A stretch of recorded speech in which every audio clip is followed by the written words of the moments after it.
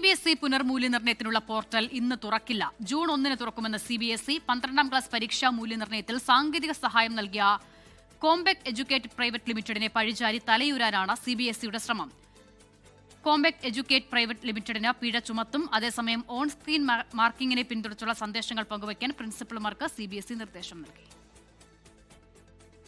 CBSE 12ാം class വിദ്യാർത്ഥികളുടെ ഉത്തരക്കടലാസ് വെരിഫിക്കേഷനും പുനർമൂല്യനിർണ്ണയവും നടത്തുന്നതിനുള്ള ഷെഡ്യൂളിൽ മാറ്റം വരുത്തിയതായി CBSE ഔദ്യോഗികമായി പ്രഖ്യാപിച്ചു. പുനർമൂല്യനിർണ്ണയത്തിനായി അപേക്ഷിക്കേണ്ട പോർട്ടൽ ജൂൺ 1 മുതൽ പ്രവർത്തനക്ഷമമാകുമെന്ന് ബോർഡ് അറിയിച്ചു. പോർട്ടൽ ഇന്ന് തുറക്കുമെന്നായിരുന്നു നേരത്തെ അറിയിച്ചിരുന്നത്. വിദ്യാഭ്യാസ മന്ത്രി ധർമ്മേന്ദ്ര പ്രധാന്റെ അധ്യക്ഷതയിൽ ചേർന്ന ഉന്നതതല യോഗത്തിൽ ഓൺ സ്ക്രീൻ മാർക്കിംഗ് നിർവഹിച്ച കമ്പനിക്ക് വ്യാപക പിഴവുകൾ പറ്റിയതായി വിലയിരുത്തി. വ്യക്തമല്ലാത്ത 5000 ഉത്തരക്കടലാസുകളും ഉത്തരക്കടലാസ് മാറിപ്പോയ 23 കേസുകളും CBSE കണ്ടെത്തി. ഈ സാഹചര്യത്തിൽ കോയംറ്റ് എഡ്യൂടെക് പ്രൈവറ്റ് ലിമിറ്റഡിന് പിഴ ചുമത്താനാണ് തീരുമാനം. പിഴവുകൾ വരുത്തിയ ഉത്തരക്കടലാസുകളുടെ എണ്ണം കണക്കാക്കിയാകും പിഴ ചുമത്തുക. മാനദണ്ഡങ്ങളിൽ ഇളവ് വരുത്തിയാണ് കരാർ കോയംറ്റ് കമ്പനിക്ക് നൽകിയതെന്നാണ് റിപ്പോർട്ട്.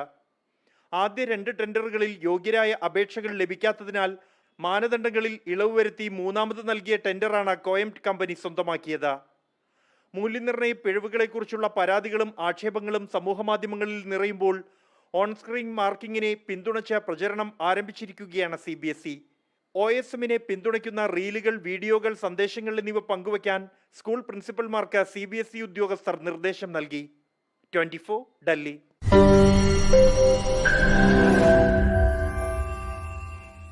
ലോകത്തെവിടെയായാലും ഏത് സമയത്തും 24 വാർത്തകളും ഓഗ്മെന്റഡ് റിയാലിറ്റി പാക്കേജുകളും എക്സ്പ്ലെയിനറുകളും വിശദമായി കാണാൻ ഞങ്ങളുടെ YouTube ചാനൽ നിങ്ങൾക്ക് സബ്സ്ക്രൈബ് ചെയ്യാം.